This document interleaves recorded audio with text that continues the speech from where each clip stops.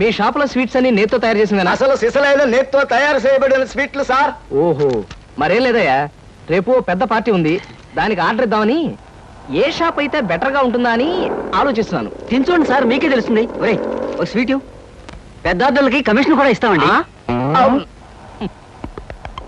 ఓహో, బ్రహ్మాండంగా ఉంది. ఇదిగో, నీకు ధనలక్ష్మి ఏజెన్సీస్ తెలుసా? ధనలక్ష్మి తెలుసండి. తెలుసా? పక్క వీధిలో బస్ స్టాండ్ పక్కనే. బస్ స్టాండ్ పక్కన 10వ నెంబర్ ఇల్లే కదండి. కరెక్ట్ అయ్యా బాబు. అమ్మయ్యా, ఇదిగో అక్కడ రేపు పార్టీ. కుర్రాడికి అడ్వాన్స్ ఇచ్చి పంపిస్తాను. 10 కేజీలు స్వీట్ బ్రహ్మాండంగా ఉండాలి. 10 కేజీలు. ఓ మైసూర్ పాకు. ఈ మైసూర్ పాకు ఏంటి సార్, పాలకోవా కూడా తీసుకోండి. Thank you. స్వీట్ మాత్రం బ్రహ్మాండంగా ఉండాలి. చాలా బాగుండాలి. బాగా చేద్దాం. ఏమండి అడ్వాన్స్? ముక్క పీకడానికెందుకురా తొందర, చిందర వందరే. ఇదిగో దొంగ కోళ్ళ నా ముక్కలు చూస్తే నేను ఒప్పుకోను. అయినా మీ చేతిలో ముక్కలు పెట్టుకుని నా చేతిలో ముక్కలు చూస్తారేంటి? నా ముక్కలు ఎప్పుడైనా చూసుకోవచ్చు కదరా, ముందు నీ ముక్కలు చూస్తే ఒక పని అయిపోతుంది కదా.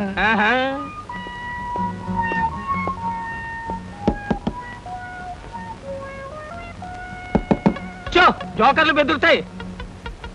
ఇదిగో బాబు, ధనలక్ష్మి ఏజెన్సీస్ ప్రొపరేటర్ గారు ఉండేది ఎక్కడ? వేసుకో ముక్క, చూపిస్తాను. షో తర్వాత చూపించవచ్చు కానీ ప్రొపరేటర్ గారు ఎక్కడున్నారు చెప్పవయ్యా. ఇదిగో ముక్క ఖర్చేయండి. ఏం ఖర్చు చేయడం ఏమిటో. మీలాంటి చెత్త మనుషులు పెట్టుకున్న ప్రొపరేటర్ ఎవరో గానీ త్వరలో ఆఫీస్ మూసేసి అర్జెంట్ గా పేకాట క్లబ్ పెట్టుకుంటాడు బాబు. పోనీ నువ్వు. లాభం లేదు. Yes, Dhanalakshmi agencies proprietor Koteswararao speaking.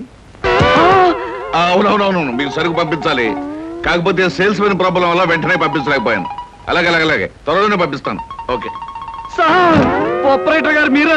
ఈ అవతారం చూసి బండబంటో తరుకున్నాను, నన్ను క్షమించండి సార్. మన్నించండి, ఆట అయిపోయింది. వీరెవరు సార్? మీ అసిస్టెంట్ మేనేజరా? కాదయ్యా, వీడు నా ప్యూన్ గాడు. నేను ఇచ్చే జీతం డబ్బులు కాక కనీసం నా దగ్గర నెలకి ప్యాకెట్లో 200 రూపాయలైనా ఖర్చు చేస్తాడు. మీరు ప్రొపరేటర్ అయ్యుండి ఆఫ్టర్ ఆల్ ప్యూన్ తో ప్యాకెట్ ఏమిటి సార్? చూడవయ్యా, ఆఫీస్ టైమ్స్ అయిన తర్వాత ప్రొపరేటర్ ప్యూన్ అనే తేడా లేదయ్యా, అందరూ సమానమే.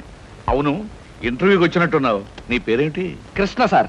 ఇంటర్వ్యూ కని పొద్దుననగా బయలుదేరి ఇప్పటికి చేరుకున్నాను సార్. మీరేమీ అనుకోనంటే ఒక్క మాట అడుగుతాను సార్. ఇంటర్వ్యూ కని పిలిచిన అడ్రస్ లో గాంధీనగర్ పక్క, కమలా థియేటర్ వెనకాల, రాముల వారి గుడి ముందు అని అర్థం పర్థం లేని అడ్రస్ ఇచ్చారేమిటి సార్?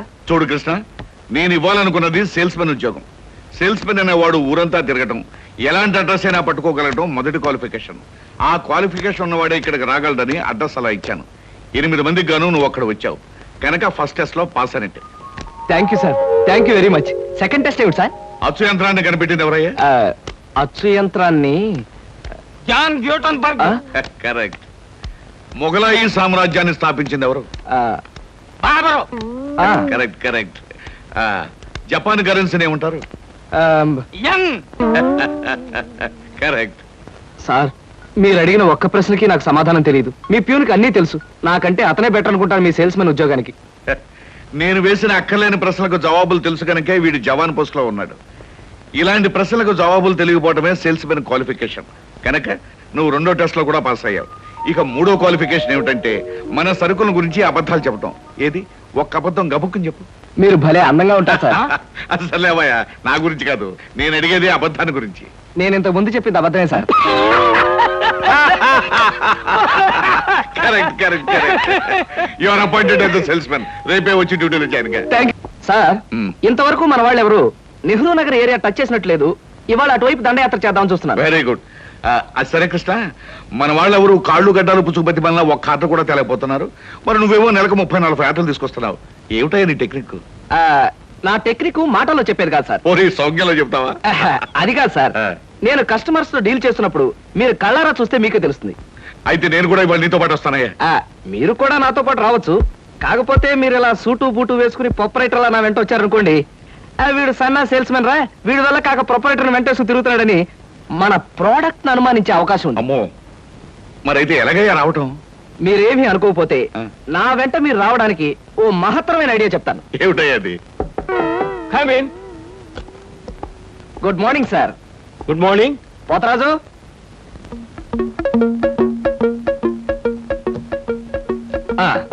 మీరు కొత్తగా పెట్టిన ఈ సూపర్ మార్కెట్ చూస్తుంటే నా మతి పోతుంది సార్.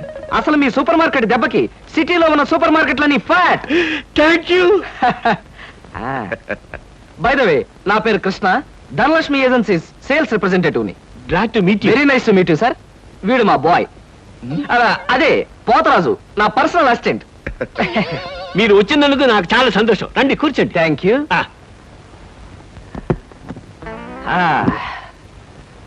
పోతరాజు, బాయ్స్ కూర్చోకూడదు కదా. అలాగే నిలబడతానులేండి. సార్, మా ప్రోడక్ట్స్ అన్ని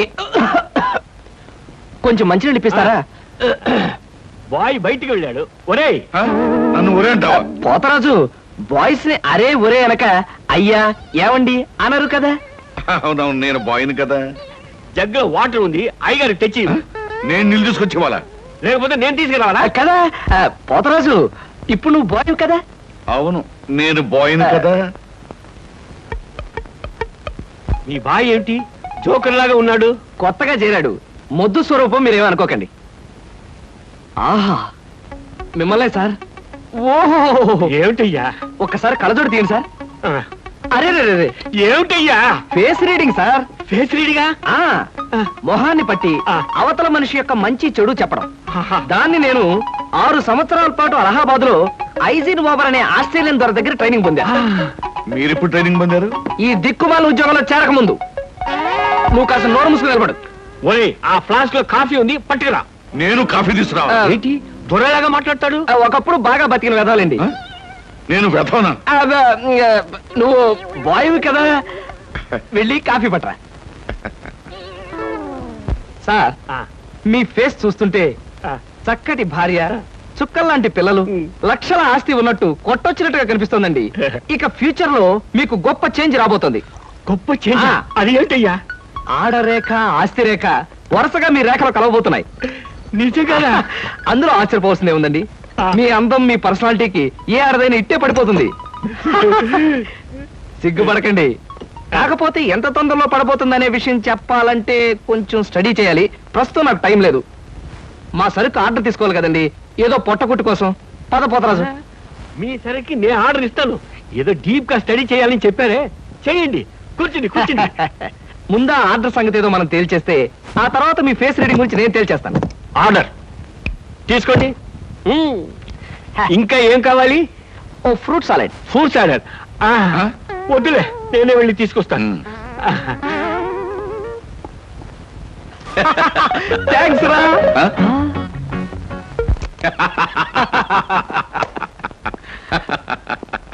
నిజంగా నీకు గొప్ప టాలెంట్ ఉందయ్యా. 6 నెలల్లో ఆడది ఆస్తి కలిసి వస్తుందని 60,000 రూపాయల సరుకు వాడు గంట కట్టావు. అవును, అసలు నీకు ఫేస్ రీడింగ్ ఏమన్నా తెలుసా? ఫేస్ రీడింగ్ లేదు, మీటర్ రీడింగ్ లేదు సార్. ఆ మాట ఎక్కడో చదివినట్టుగా గుర్తు. ఏ మనిషికైనా ఆస్తి అమ్మాయి అప్పనంగా కలిసి వస్తుందంటే సంబరంగానే ఉంటుందిగా.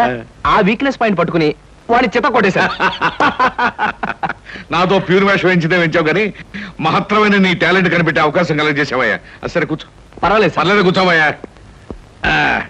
ఇంతకాలం నువ్వు నా దగ్గర పనిచేస్తున్నా మీ కుటుంబ వ్యవహారాలు ఏమి తెలుసుకోలేదు.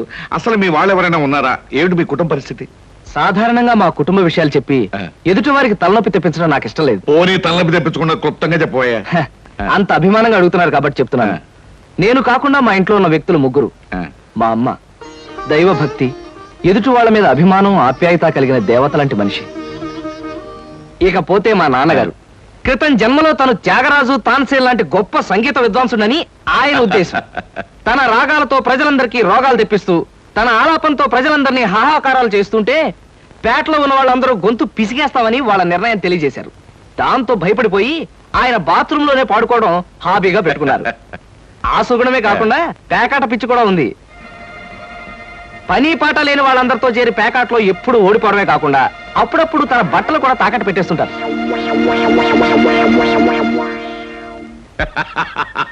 ఇక మిగిలింది మా తమ్ముడు సినిమా యాక్టర్ చిరంజీవి. ఏమిటి, సినిమా యాక్టర్ చిరంజీవి మీ తమ్ముడా? అబ్బే కాదు సార్, మా తమ్ముడు బాబ్జీ చిరంజీవి అభిమాని. అలా చెప్పు, లేకపోతే చిరంజీవి మీ తమ్ముడు ఏమిటి, నీకు ఉద్యోగం ఏంటి అనుకుంటున్నాను. అబ్బే కాదు సార్. ఇక యథాశక్తి వాడు చదువు సంధ్యలు మానేసి సినిమా థియేటర్ల దగ్గర కటౌట్లకు దండలు వేయడం, చిరంజీవి సినిమా రిలీజ్ అయితే పిచ్చిగా రెచ్చిపోయి థియేటర్ దగ్గర గోల చేయడం ప్రస్తుతం వాడి జీవిత జయంగా పెట్టుకున్నాడండి. అది సార్ మా కుటుంబ పరిస్థితి. అంటే ఇంటెల్లబాదికి సంపాదించి పెట్టేవాడు నువ్వు ఒక్కడవేనన్నమాట. చూడు మిస్టర్ కృష్ణ, నీ కారణంగా మన కంపెనీ ఎంతో అభివృద్ధిలోకి వచ్చింది. అందుకు ప్రతిఫలంగా మీ కుటుంబానికి సాయం చేయడం ప్రొపరైటర్ గా నా కనీస ధర్మం. ఈ నెల నుంచి నీ జీతం 1000 రూపాయలు పెంచుతున్నాను. Okay? Thank you sir, thank you.